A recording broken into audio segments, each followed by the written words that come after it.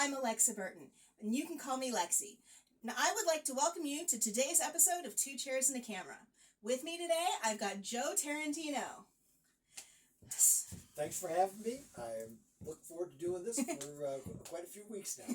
It's a pleasure, and I'm sure we're going to have a lot of fun. Absolutely. So, why don't you tell us a little bit about your books? What are you all about? Well, for the most part, I'm about bicycling, and I'll give you a little quick backstory. The Reader's Digest versus. I'm a former aerospace chemist, engineer, ops manager that turned long-distance cross-country bicyclist. Well, that's a bit retirement. of a... Yes, and then that kind of evolved into also becoming an author. So that has been my course of action. I retired 11 years ago. Good Lord allowed me to get out early and through kind of a confluence of circumstances. But so I've been doing that for bicycling and riding really across all 50 states. I just finished Alaska last year. Wow. And so, I had this crazy dream that when I finished Alaska that I would have all my other states edited up and written up, and just all I had to do was add Alaska on. Okay. And well, that didn't work. So I was anyway, going to say, is that one of, in one of these, no, or that's going to be not something even else? close. Okay. So this book that just came out covers my first 14 states, and it does a little bit of a backstory as well. This book overlaps a little bit this one. I actually published this one about, I'm going to say it was 2018. And it covered a ride that connected several previous rides that went from the East Coast to the West Coast. And so that was just the one ride that did it. This book talks about all the connecting routes, and it also talks about a lot of the early trips I did growing up in Northeast Ohio. I grew up in Canfield, suburb of Youngstown, Ohio, and so I'm pretty familiar with the roads around here. Person I had on the last podcast grew up in Youngstown. There you go. The interesting thing is, my wife and I always joke when they say, "Where are you from?" I say Youngstown, Ohio, and she's from Youngstown, New York. And those that are familiar with the area, it's Youngstown, New York is up by Fort Niagara, and right near Niagara Falls. And of course, that was part of one of my adventures in here. My first long distance, but they became much longer. I rode from my home. Currently live in Louisville, and a friend of mine and I, we rode up to her home in Niagara Falls, crossed the Peace Bridge, went over some crazy roads and other bridges, and arrived at Niagara Falls, and then rode to her parents' farmhouse. So, convenient. Yeah. Yes, it worked out very well. And actually, I did that. That was many years ago. I won't make anybody do the math, but it was the year I turned 30, and I just had this vague idea that if I didn't do a long distance bike ride before I turned 30, it was never going to happen. I was too old, and it wasn't going to happen. And I think we all struggle with similar, maybe not the bike ride, but similar. If I don't do this by the time I'm 30, by the time I'm 40, then it's never going to happen. And how many long distance bike rides have you done since then? Well, I would be nice to be able to tell you exactly how many. I can tell you I've been through all 50 states. I think that somewhere around 22, 23 trips that I have chronicled where I have spent at least 3 or 4 overnights. And so there's plenty of time to do whatever it is you want to do that you think can't happen after 30. That's exactly right. The interesting thing was, when I went through this book and I was doing some of the editing on it, self-editing, before I turned it over to another group of editors, is I was going through and I did all the early adventures, and then I got to this point, I said, I think the next trip I did was when I rode from my home in Louisville up to my son's apartment in Chicago. And I said, no, there had been something in between there. And as I went through it, I said, you know what, there wasn't. It was like 17 years I went. And of course, we had 2 boys. We had them 13 and a half years apart. So the joke is it took us 4 decades to raise 2 kids, where other people can get them done a lot. And I thought there was a big gap in my family, 6 years. Yeah.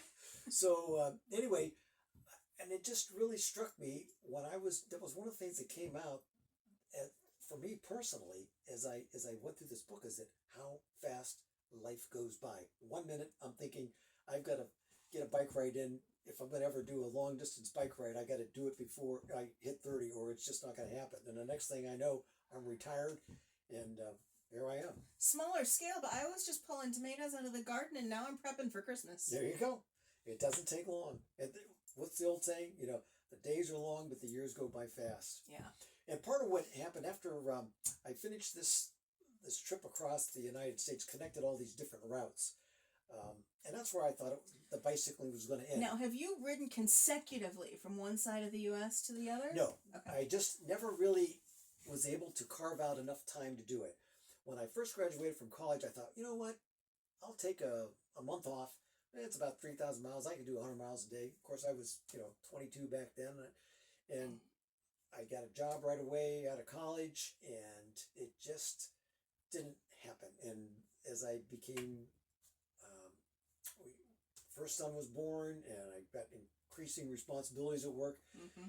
I just wasn't able to carve out enough time to do it, and I started feeling guilty about taking what time I did take to go bike ride and away from family vacations. And so eventually I got into long distance running too, and I was able to stay in shape in a much shorter period of time than cross country bicycling. But after I finished these 5 main long trips that I did across the United, I thought, well, that was it.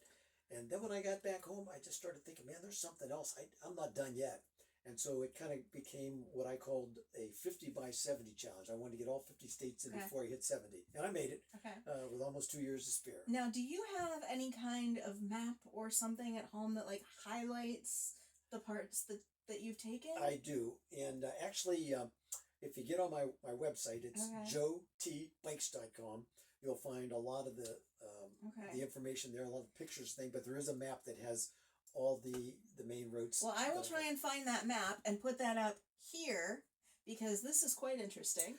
Yeah, and some of them most people will be familiar with. One of the longer treks that I did it over, I think it was 4 different trips, but I've done all the Route 66 from Chicago to Santa Monica. I would love to do that someday, but in a car. And sometimes I went east to west, sometimes I went west to east. So I didn't always take advantage of the westerly winds. Sometimes I was going into them, and sometimes I was... I would be more concerned about not wanting to face the sun. In the mornings, that's troublesome because the cars that are coming up behind you also are blinded by that sun. So yeah, that's a concern. I've also done some of the other things, the big long places I've done. I've went from Maine all the way down to Key West, and again, several different trips and things along the East Coast Greenway.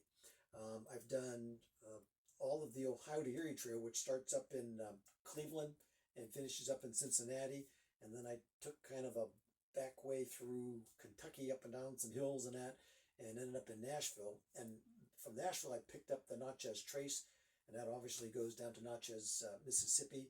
And then I picked up the Mississippi River Trail that took me down to New Orleans. And that was, again, about 3 different trips. Now, when you're riding, do you, do and see other things as you're going along, or is it just push on through? No. Well, I'll tell you what. The first few trips that I did, it was push on through because I didn't have enough vacation time. And the one that really resonated with me that I said, this is not the way to do it, was it was about... a couple months before I was formally going to retire, and I had some vacation. I said, I'm gonna burn it up now. And so I took a week off, and I went back to Youngstown, New York, where I had ridden to before, and then I wanted to ride over to the East Coast along the Erie Canal and some other trails and roads along that way. The only way to make it fit was by doing 100 miles a day, and it was in the summertime, so I would get up at be on the road by 5:30 in the morning, and sometimes I'd get to the hotel, 4 o'clock, 4:30 at night, call the little pizza advertisement that was in the sleazy motel that I was staying in, and take a shower, and then it would arrive about the time I got out, go to bed, and then do it again. And I said, you know what, I'm not seeing anything, and it's just not the way to do it. So I finally have carved that back. And I think for me, the sweet spot is about 50 to 60 miles a day. I like getting up early, getting things going. My wife has since joined me. And when I say join me, it means she sleeps in, and sometimes she gets to the next hotel before I do. Other times I get there first and check in. So there's a car going on. There's a car, whatever, a rental or something like that. And anyway, but yeah, we'll get there, and so that allows me to stop and see things. The night before I ride, I know where the hotel is. I've got that ad, but then I look along Google Maps and start looking up, are there cool little coffee shops or cafes or just out of the way diners, and try to stop at a couple of those. Or some big, I don't know. Oh yeah, some big attraction, some big something that you just have to see. Yeah, exactly. Like you can't ride you can't ride past Mount Rushmore and not stop and see it. Well, I did and I didn't. Part of the thing was I went through the Badlands, and the route that I did took me a little bit north of Mount Rushmore. So that was a day trip that we went over to Mount Rushmore and did all that stuff. So that's the advantage when my wife follows me. She has a vehicle, so I don't have to ride, and I can kind of keep on task with, the schedule. And then if something does happen, which you don't want it to, but you've got a little cushion there. Well, I'll tell you. A little peace of mind more so. The interesting thing is, when I realized what was happening was that sometimes I take more chances when she's there because I know, well, she can rescue me. So there was one time there was severe thunderstorms, tornadoes forecast, and I said, well, it's not going to hit for a couple hours, so let me see if I can get a couple hours of riding in, and then if it looks like it's going to hit, I'll call you. Well, I got trapped underneath a canopy of trees and lightning bolts just dancing around me, pouring down rain. It was not my best idea, but she got there, and I survived, and here I am today. I have been through the Badlands a couple of times in a car. The last time was 16, 17 years ago. And it was the middle of summer. It was 102 degrees. And I'm by myself. And I go into heat stroke in the middle of South Dakota. Yeah.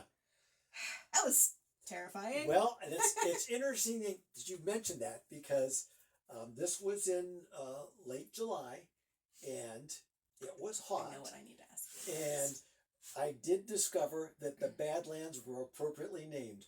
I got to the destination, and I checked my pulse that night like I normally do, and it was elevated. It was probably 25, 30 beats a minute faster than it normally is. And I got up the next day, and it was lower, and I started riding, and within 10, 15 miles, I knew there was no way. It was supposed to hit 109 degrees at the destination. Oh. And so I called my wife. I said, come get me. I ate ice cream. I got straight around and finally got my way through there. But yeah, it was tough. It gets hot. It does. And there's not much out there. Now I'm trying to remember which state this is in. And my dad's going to be yelling at me when I get this wrong. Because he watches these. I think it's North Dakota, but there is a truck stop called Wall Drug. Oh, that's... I was going to ask if you knew where... We used to always stop there driving through vacations. After my wife picked me up, just a little bit, 20 miles southeast of the Badlands, I said, well, here's what we're going to do. I says, we're in this area. Let's go visit Wall Drug. And our younger son was with us at the time. He had taken a few days vacation to come out because he had never been to Mount Rushmore. And so he spent some time. So you've got to see Wall Drug and all the crazy. Is it South Dakota? It's South Dakota. It's right off Route 90. Yeah, just before you get into Rapid City.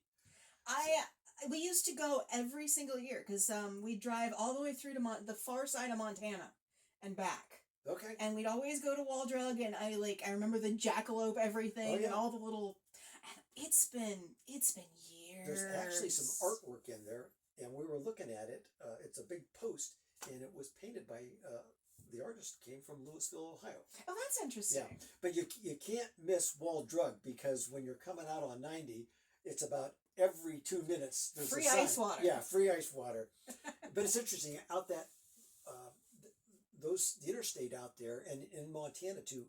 Because there's so few roads, you're actually allowed to ride bicycles on the interstates out there, and also part of the Southwest too.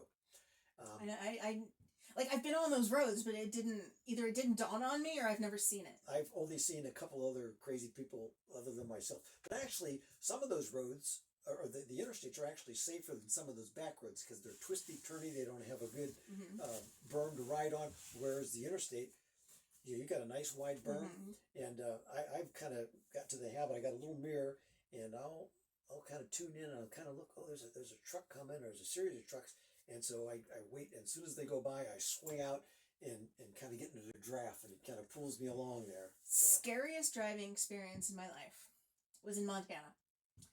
It's a thunderstorm, and I'm going through the mountains, and I am behind that carnival ride that has the four giant bears. Yeah. And all I could picture was kerthunk, kerthunk, kercrunch. I lived. There was no falling, tumbling bear, but... Well, here's another interesting thing I found out about Montana, and you probably took the interstate out there, and there were a couple places that I did have to ride the Route 90, and actually it was real close to the Idaho border. And on that trip I was going from the west coast. I was going east to the place where I needed to connect my route at in South Dakota. But I would look in my little rearview mirror and say, oh, there's a car back there. Okay, he's back there a ways. And I pedal it, and the next thing I go, boom, they go by there. And the speed limit. The speed limit used to be unlimited. Yeah, safe and prudent, I think is what it used to say. Now it's 80. And I don't think anybody believes it anymore. They just do what they want to do. They got used to safe and prudent. Yeah. Well, I've quickly learned that when you see that vehicle, you make sure you stay over as far as you can on the right side, because it's going to be coming pretty quick. So, yeah. So I was going to ask what came first, the riding or the biking, but it sounds like the biking came first. The biking came first. Yeah, I did some crazy things when I was younger, and that was the first section of this book. I tried to figure out, how can I pull these together how do I want to title it? And then it finally struck me, oh, this is just a collection of bad decisions. And that's exactly what it was. And how I survived them, I don't know. But after my first 100-miler, I learned what it meant to bonk. And I was just dead at the end. And I was just a few weeks away from graduating high school. And I worked at a lab in Canfield. And for some reason, I had the keys to the alarm there. And it was on my way back home, and soon as I was doing the math on my little clicky little odometer down there, and I realized I had 100.6 miles right when I hit that, past that lab that I was working at. I went in, turned the alarm off, got on the phone, called my dad. I said, come get me. I said, I was less than 5 miles from home. But I says, I am not pedaling one more pedal stroke on this thing. So anyway, that was one of the first crazy things I did. So what made you decide to put it on paper? Well, I originally, let me back up one step here. When I was in college, I could not decide what I wanted to major in. I had spent a lot of time in this lab. Yeah, and so, but people probably don't bounce between the choices I had. I was looking at chemistry and English, and so it's a little different. I kind of bounced back and forth, and finally I got looking at the catalog, and I said, you know what? I think I can do them both. And so I did. So I was double major chemistry and English, got out, didn't do anything with English, got a master's in analytical chemistry, got a master's in business administration then later on after that. And then when I retired, I always enjoyed reading though, and I could care less about all the grammar and the punctuation, all that stuff, but I just love reading. And I always wanted to write a science fiction book. And that was kind of where I was headed. But then as I was out on a couple of these bike trips, I said, you know what, I think this would be a good way to get started, was to write a book about the bicycling adventures. And anyway, so when I was finishing up the first trip that was going to connect everything, I had a mental outline, and I kind of knew what I wanted to do, and but I just felt checked from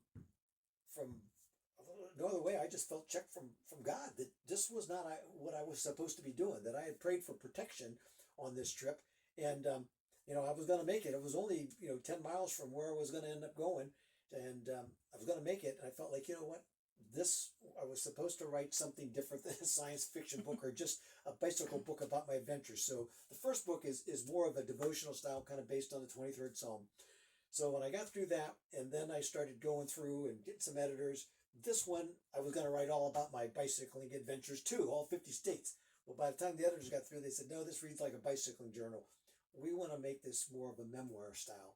And they said, you need to talk about some of your feelings instead of just describing the action. I said, oh man, I'm the introvert guy. I'm the most yeah. writers are, and I don't want to do that. But anyway, we got through it, and I got 14 states out of the way. Shared some of my feelings, and so does that mean there's a book too? There is another book coming on top of this one. I'm about a third of the way through, and they tell you for a memoir, particularly if you're not Michelle Obama or Melania Trump, you don't want to go more than 70,000 words, and this one was right about that.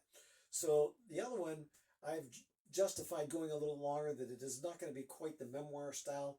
I have run into some of the craziest, I shouldn't call them crazy people, interesting people along the way. And some of their stories I just can't cut out. To me, it'd be like saying, which one of your children don't you want anymore? You have to have the most random, eclectic, and large, just a pile of stories. It is. I mean, it's just amazing. And there's other times it's just dirt, sand, and quiet. And then other times it's like every stop, every 10, 15 miles, you meet somebody, particularly if you're on one of these busy trails. There's a trail that goes, it's called the Gap, the Greater Allegheny Passage. Starts in Pittsburgh, goes to Cumberland, Maryland, and then it becomes the Chesapeake and Ohio, the C&O. And when you finish up, you're less than a quarter mile from the Lincoln Memorial. But on that trail, it was just so busy. I was there in summertime. You're always meeting people. And when I tried to schedule the words that I was going to apply. And so, being the chemist and the geeky guy, I allotted X number of words per day of the trip. Well, that trip from Pittsburgh along that trail, it was every day, and I had to go over my allotment for those. I said, I'll cut back somewhere else. But yeah. Do you have a favorite state? I've been asked that a lot, and I answer it with a couple caveats. The most beautiful state was Alaska. Okay. And without a doubt, just the mountains and just the landscape and just the raw beauty of that was just incredible. However, I was with a group. It was the only time I did a group ride. I didn't get a chance. We didn't stop at little cafes and things like that. First of all, because there's not very many of them out there. But second of all, it's because the two guides that we had, one of them biked with us, and the other one drove the van that had a little trailer that had all the goodies and the food. So every 15 miles, we'd just pull off on the side of the road and we'd meet him and do that. So I missed out on a lot of that. But I will tell you, as far as a single ride, was the one that I just did this last March. Was when I rode from St. Augustine down to Key West. Riding over the Keys was just incredible. I've been from St. Augustine down to Key West? No, I haven't been that far. I want to get down there, but Right, I haven't. yeah. I mean, I've been to Orlando and I've been over to Tampa. Yeah.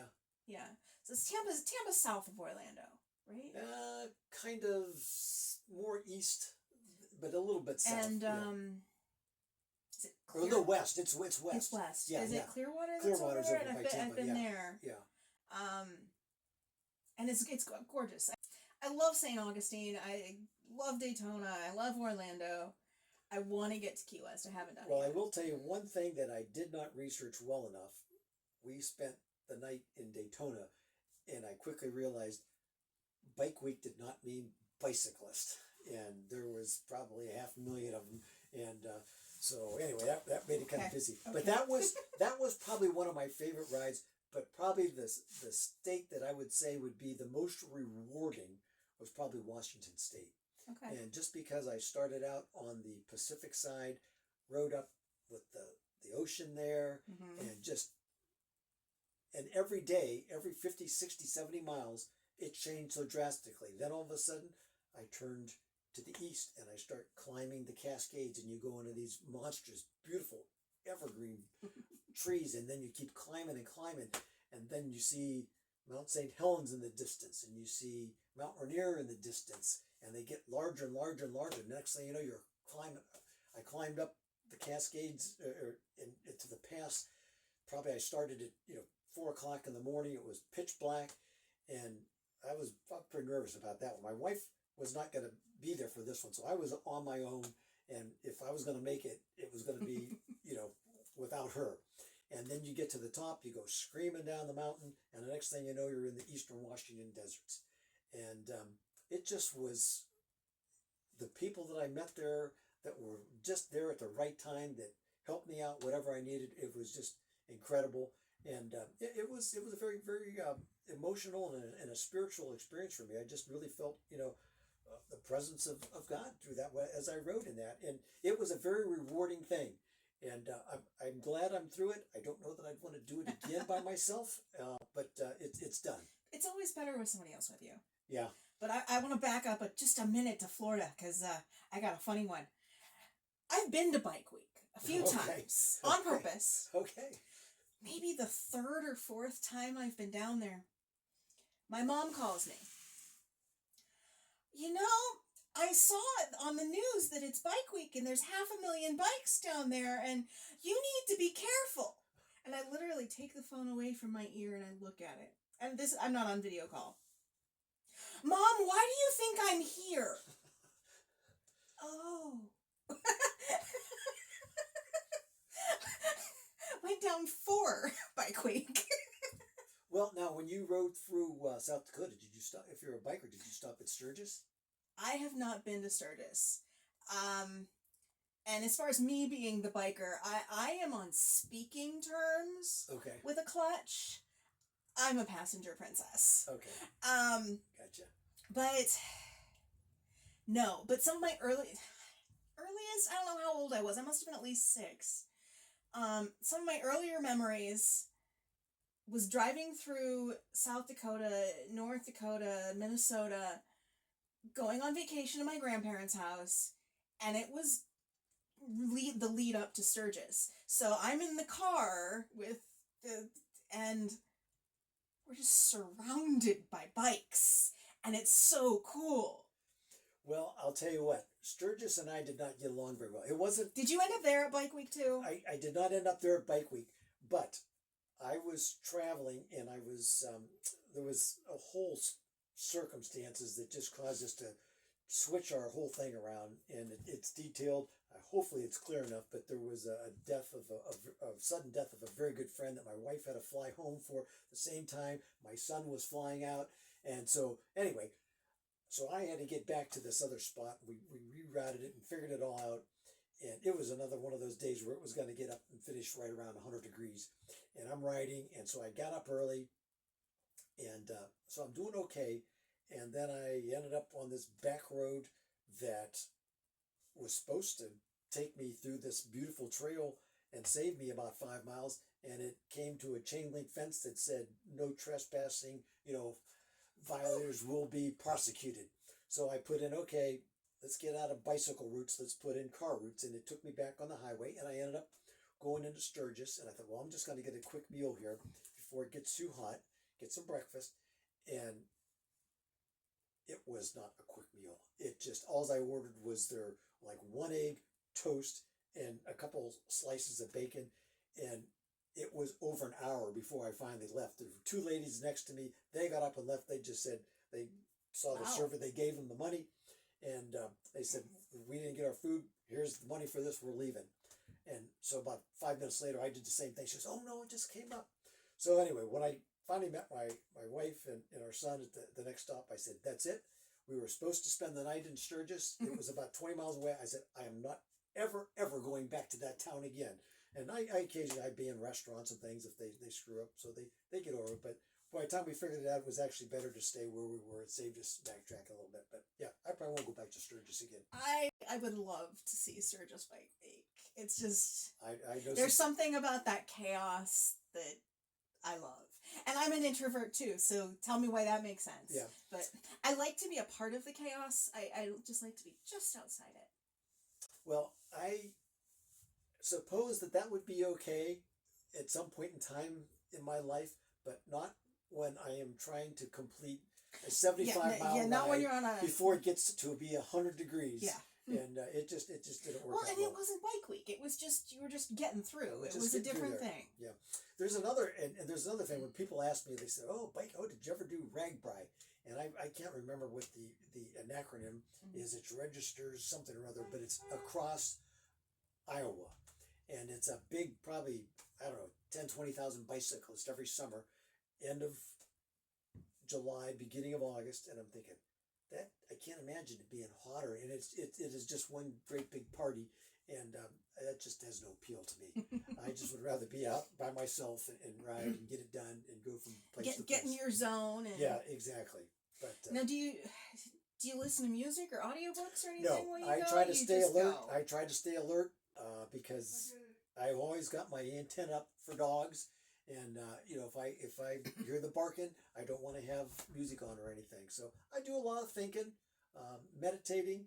I find if I actually, even now when I'm struggling with how to rearrange a passage or something like that on my in one of my books and things, if I go out for a bike ride, all of a sudden it comes to me and I feel good about it, and so it just helps me out. So, are you do you have author socials? I know as introverts, we tend to not do these things. Well, I'll tell you what, I love going to coffee shops. And so that's what I do quite frequently. I was there in one today, just writing and things. So a lot of times I will talk to the different coffee shops and I will schedule events and then I will publish them, and if people buy books, that's great. If they don't, I still drink coffee, and I enjoy that. So it's not a lost cause. But the easiest way is to go on Amazon to find my book.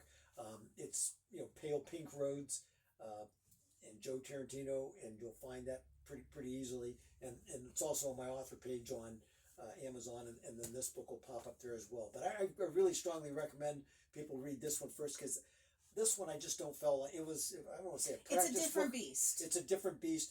This is a much easier and a much lighter and a fun read. And so that's the easiest way, is go on Amazon, Pale Pink Roads. Or if you're interested, like I mentioned, I have a website, joetbikes.com.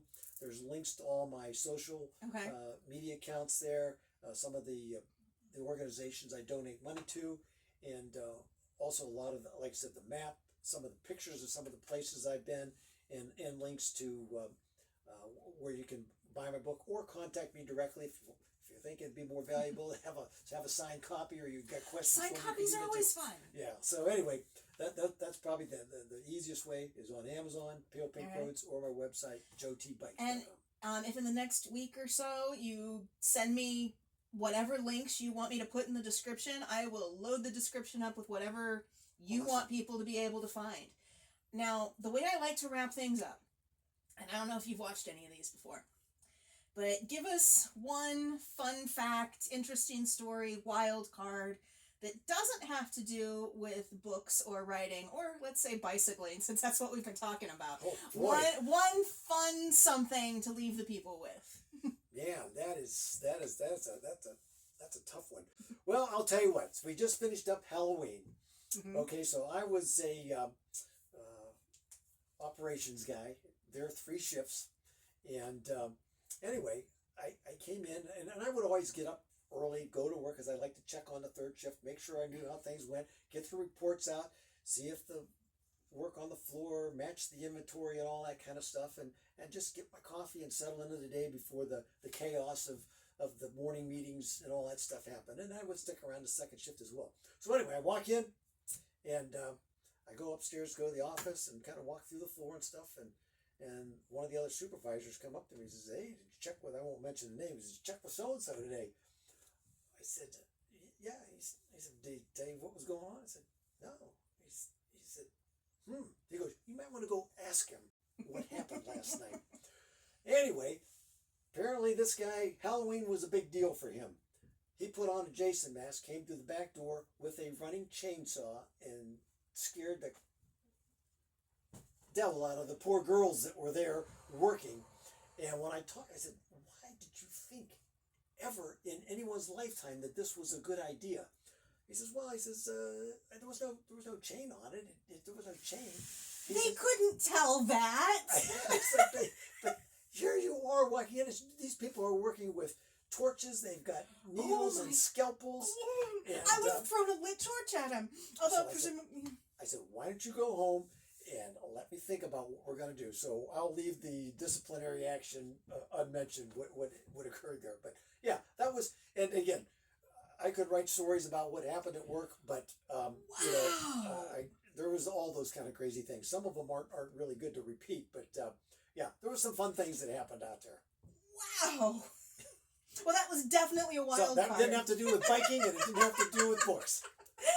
So how about that? Well, it was a pleasure having you today. Well, thank you so much for having me. I enjoyed chatting with you. And all of you out in YouTube and Spotify world, if you had fun today like we did, if you could give the video a like and then subscribe if you haven't already, I'd really appreciate it. And as always, I'll see you next time. Bye!